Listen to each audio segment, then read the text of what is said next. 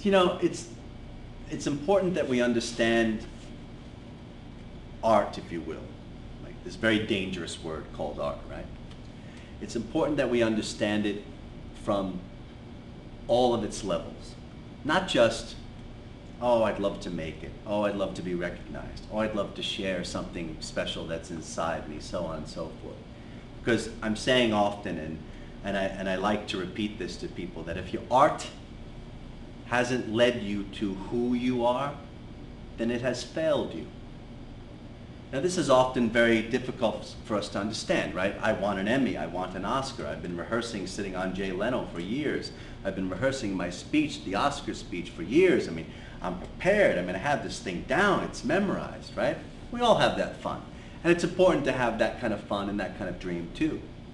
But in the end, as an artist, part of it is that it leads you to who you are, and that it starts to reflect back to you and inform you who you are.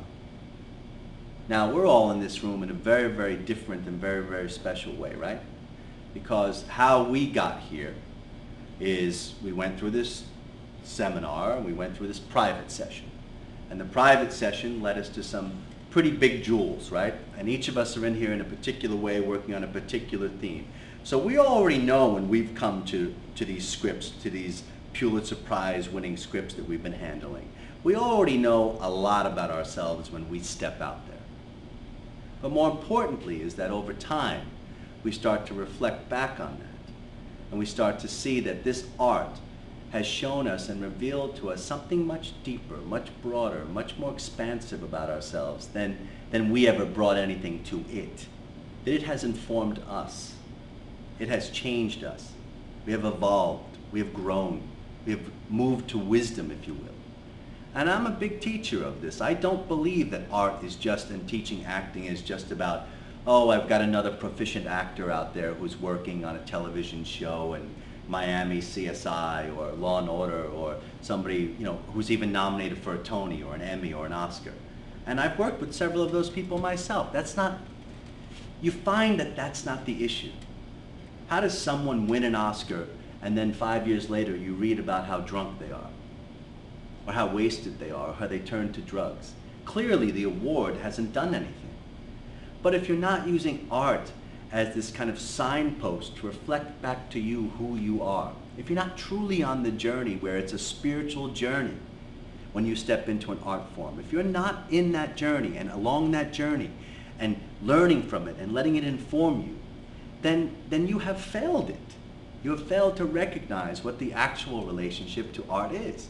Because I've said often to people, I said, look, it doesn't even matter if you quote unquote make it or not. Who cares if you don't make it or not? Everybody's leaving.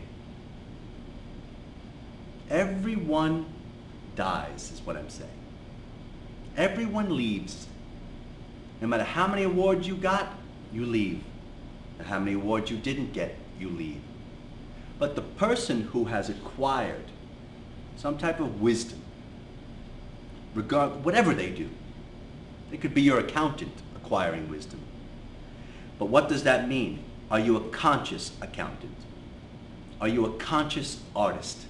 By consciousness doesn't mean righteousness, doesn't mean morality, and doesn't even mean ethics. God forbid you're an actor with ethics. Who wants that?